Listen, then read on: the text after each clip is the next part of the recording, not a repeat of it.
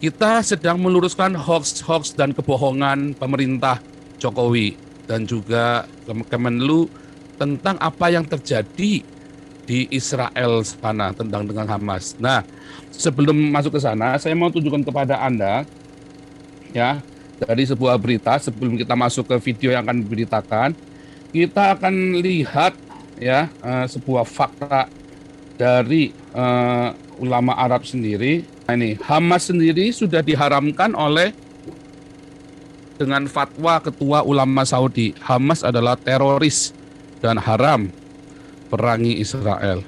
Jadi Arab Saudi sendiri sudah bertobat. Lalu bagaimana bisa Indonesia ini masih mengutuki Israel? Nah itulah. Jadi kita ngomong pun nggak, Pak, bukan yang asal ngomong. Ini Anda bisa browsing sendiri ya, fatwa ulama Saudi, Hamas teroris.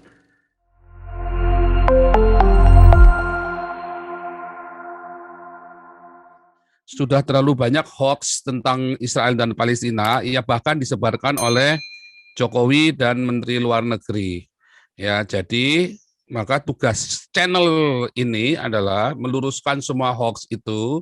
Itulah sebabnya kita undang orang-orang yang kompeten yang bicara tentang Israel. Ya, dari Ibu Koni tadi pengamat militer itu sudah diakui ya di Indonesia dan di luar negeri. Juga Ibu Monique Reikers adalah seorang wartawan dan pengamat Israel. Kita ini selama beberapa hari ini kita sudah bicara Israel, jadi harusnya kamu nonton video yang 2 hari yang lalu. Orang Israelnya pun sudah kita undang juga, dan Pak Jenderal Tobing ini ya namanya seorang jenderal, ya bukan bukan tukang beca, bukan cuman kayak si Fadlizon, orang nggak jelas. Makanya kita hadirkan. Nah, semua orang-orang ini adalah orang-orang yang kompeten semua nih. Ya, jadi kita sedang meluruskan hoax-hoax dan kebohongan pemerintah Jokowi dan juga Kemenlu tentang apa yang terjadi di Israel sana tentang dengan Hamas. Nah, sebelum masuk ke sana, saya mau tunjukkan kepada Anda ya dari sebuah berita sebelum kita masuk ke video yang akan diberitakan, kita akan lihat ya sebuah fakta dari ulama Arab sendiri. Ya, seperti nah ini Hamas sendiri sudah diharamkan oleh dengan fatwa Ketua Ulama Saudi. Hamas adalah teroris dan haram perangi Israel. Jadi Arab Saudi sendiri sudah bertobat. Lalu bagaimana bisa Indonesia ini masih mengutuki Israel? Nah itulah. Jadi kita ngomong pun nggak, Pak, bukan yang asal ngomong. Ini Anda bisa browsing sendiri ya, fatwa ulama Saudi, Hamas teroris. Nah, begitu ya, orang ini sangat terkenal sekali, ya, fotonya selalu ada di Detik, Anda bisa banyak sekali. Nah, ini kebetulan yang paling gampang saya temukan langsung begitu saya browsing ulama Saudi Hamas teroris, langsung keluarnya dia. Ya udah saya langsung keluar dari berita ini, ya dari suara ini ya.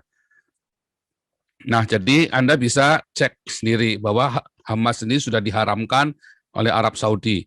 Bagaimana bisa Indonesia kemudian malah menghalalkan gerakan teroris ini dan terjadi pembohongan publik oleh Presiden Jokowi dan Menteri Luar Negeri. Ya, dan itu yang sedang kita gugat terus. Ada apa sebenarnya? Ya, ada apa? Bahkan negara-negara Arab aja semua sudah meninggalkan Hamas dan Palestina ini. Mengapa terus kemudian Indonesia masih mengotot dengan Palestina ini? Ada apa? Ada hutang apa Indonesia dengan Palestina ini? Ya, silakan Ibu Monik. Jadi ini yang tadi disampaikan oleh Pak Habibie, saya juga ada videonya ya, teman-teman bisa lihat, Bapak Ibu bisa lihat, perbatasan paling ribet sedunia itu di Palestina Israel. Dan bagaimana pembagian wilayahnya tuh sangat merugikan Israel sebetulnya. Karena yang West Bank ini adalah Yudea dan Samaria ya Bapak Ibu. Nah tolong disimak supaya kita bisa menjawab setiap argumentasi yang diberikan oleh saudara-saudara kita ya. Gitu. Nah sekarang saya akan memperlihatkan kenapa saya mencap Hamas adalah teroris. Kenapa kita semua di sini mencap Hamas adalah teroris gitu ya. Nah ini strategi Hamas persis dengan apa yang terjadi di Indonesia. Radikalisasi melalui kampus, radikalisasi melalui tempat ibadah. Nah, ingat Hamas dulu adalah Ikhwanul Muslimin cabang Gaza. Ikhwanul Muslimin cabang Gaza gitu ya, yang akhirnya kemudian menjadi partai politik. Nah, tanpa panjang pendek kita simak ya 5 menit saja Bapak Ibu. Pada Perang 6 Hari tahun 1967, Israel merebut Gaza dari tangan Mesir yang berkuasa selama 19 tahun.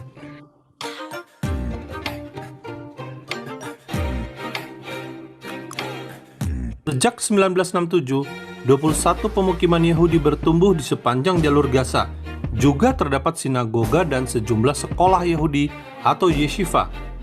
Orang Yahudi dan Arab Palestina bisa hidup bersama di Gaza sampai tahun 1987. Wajah Gaza dan sejumlah lokasi di Israel dan Palestina berubah menjadi arena teror dan kekerasan saat Intifada pertama terjadi. Desember 1987. Bermula dari penusukan seorang Yahudi di Gaza, lalu ada kejadian tabrakan antara orang Israel dan Palestina. Kekerasan berlangsung selama 5 tahun. Korban jiwa jatuh di kedua pihak. Ikhwanul Muslimin cabang Gaza menggunakan momentum untuk merebut pengaruh dengan mendirikan Hamas pada Desember 1987. Tidak main-main. Hamas pun masuk kampus untuk menggerakkan mahasiswa. قيادة حركة الإخوان المسلمين في قطاع غزة، وكان القرار أن نقوم بتظاهرات قوية تسند شعبنا، وأن تكون الكتلة الإسلامية في الجامعة هي عبارة عن المحرك والقيادة لهذه النشاطات في الجامعة وخارج الجامعة. الانتفاضة الأولى كانت تسمى في جزء من أسمائها كانت تسمى ثورة المساجد لأنه المسجد كان هو المنطلق. Intifada pertama baru berakhir tahun 1993 melalui kesepakatan Oslo. Janji perdamaian Israel dan Palestina membuat trio Oslo, Yitzhak Rabin, Shimon Peres, Yasser Arafat diganjar Nobel Perdamaian. Demi perdamaian, Israel setuju memberikan wilayahnya. Tepi barat atau Yudea dan Samaria dibagi 3. Area A dan B untuk Palestina, C untuk Israel. Sejumlah kota yang kita kenal dalam Alkitab seperti Bethlehem, tempat kelahiran Yesus, dan Yeriko, kota pertama yang ditaklukkan Yosua setelah Eksodus, dan Gaza juga diberikan untuk Palestina. Palestina berkewajiban mengakui eksistensi Israel dan menghentikan teror. Meski sudah ada janji damai di Oslo, Intifada kedua kembali terjadi pada September 2000 dengan aksi teror yang lebih fatal. Paling tidak ada 15 bom yang menyasar bis atau tempat publik di Israel. Akibat teror Intifada kedua, Parlemen Israel pada tahun 2004 menyetujui rencana Perdana Menteri Israel Ariel Sharon untuk keluar dari Gaza. Intifada kedua berakhir Februari 2005 dengan jabat tangan antara Israel dan Palestina di Sharm el-Sheikh, Mesir. 17 Agustus 2005. 1.700 keluarga Israel terpaksa keluar dari Gaza demi perdamaian dengan Palestina. 17 Agustus 2005. 9.000 orang Yahudi harus meninggalkan kehidupan mereka di Gaza dan merelakan rumah dan kebun mereka dihancurkan. Israel kehilangan 70% sumber ekspor produk pertanian asal Gaza. 20 sinagoga yang ada di jalur Gaza ditinggalkan.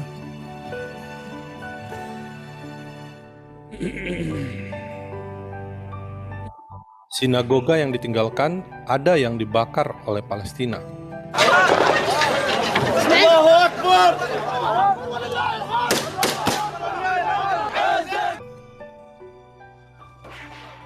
Very glad now because the occupation is go out and Tahun 2007, Hamas menang pemilu di Gaza yang memaksa otoritas Palestina tersingkir dari Gaza. Sejak itu konflik Hamas dan Fatah memanas hingga sekarang.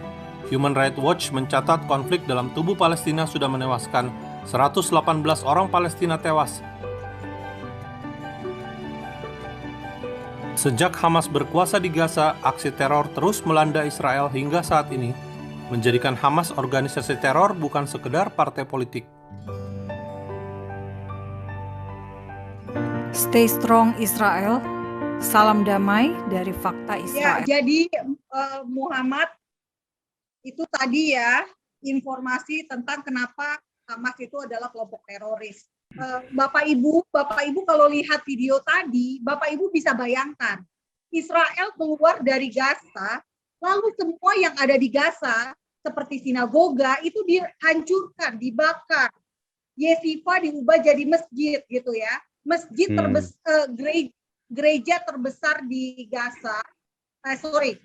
Masjid terbesar di Gaza, Masjid Omari dulunya itu adalah gereja, gitu ya.